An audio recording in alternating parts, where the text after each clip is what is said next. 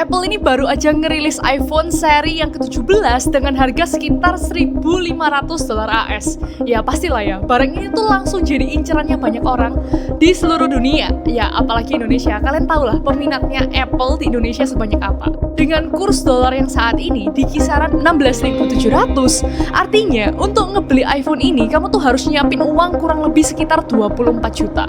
Tapi gini deh, coba kamu bayangin, kalau nilai tukar rupiah terhadap dolar itu turun jadi cuma sekitar 5.000, maka harga iPhone itu cuma ada di angka 7,5 jutaan aja. Bener-bener jauh lebih terjangkau, bener-bener jauh lebih murah.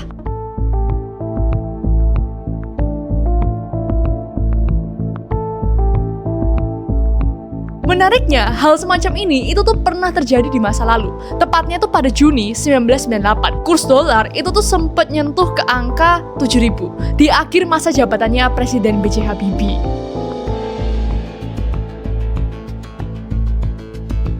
Setahun sebelumnya, di era Presiden Soeharto, Indonesia itu dilanda krisis moneter yang parah banget dengan kurs itu mencapai 16.000 per dolar AS.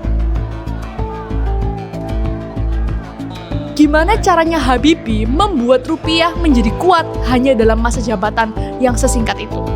Salah satu langkah terbesarnya adalah memisahkan antara Bank Indonesia dari campur tangannya pemerintah. Nah, memberi BI kebebasan untuk ngejaga stabilitas moneter secara independen atau sendirian. Nah, selain itu, Habibie itu juga mendorong industrialisasi berbasis teknologi. Ia percaya nih bahwa Indonesia itu harus mampu membuat sendiri barang yang dibutuhkannya agar tidak terlalu bergantung sama yang namanya impor. B.J. Habibie selama hidupnya menorehkan prestasi di bidang teknologi, terutama penerbangan.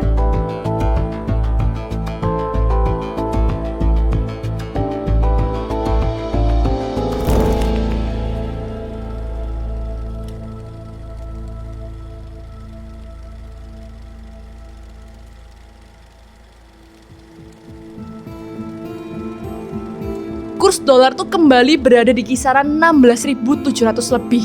Dan memang ya, secara fakta, saat ini dolar tuh sedang kuat-kuatnya. Bahkan menurut berbagai laporan, mata uang AS itu mencapai level tertinggi dalam hampir 2 dekade terakhir.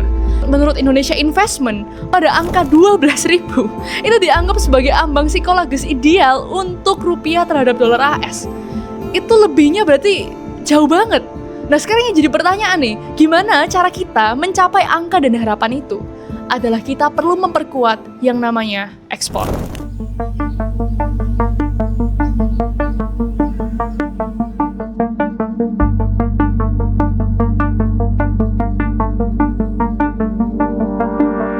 Jadi Indonesia perlu memperkuat ekspor dan justru memperkecil ketergantungannya terhadap impor. Sayangnya nih, tantangan terbesarnya justru datangnya dari mana?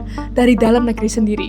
Kebiasaan masyarakat yang lebih percaya sama produk luar negeri daripada produk lokalnya. Banyak nih mungkin ya konten-konten di TikTok memperlihatkan perbandingan antara produk lokal dengan brand luar. Ya, seolah kualitas lokal ini nggak akan pernah mampu nih menandingi buatan dari luar negeri. Padahal banyak juga produk-produk itu lahir dari tangan kreatif anak bangsa, dirancang, dikembangkan, dan juga diproduksinya di dalam negeri gitu loh. Production yang bagus banyaknya dari Indonesia rupanya.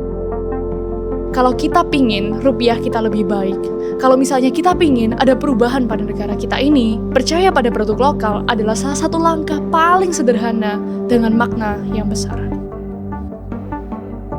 Karena kekuatan ekonomi sebuah negara itu nggak hanya ditentukan oleh pemerintahnya aja, tapi juga oleh pilihan konsumsi warganya sendiri.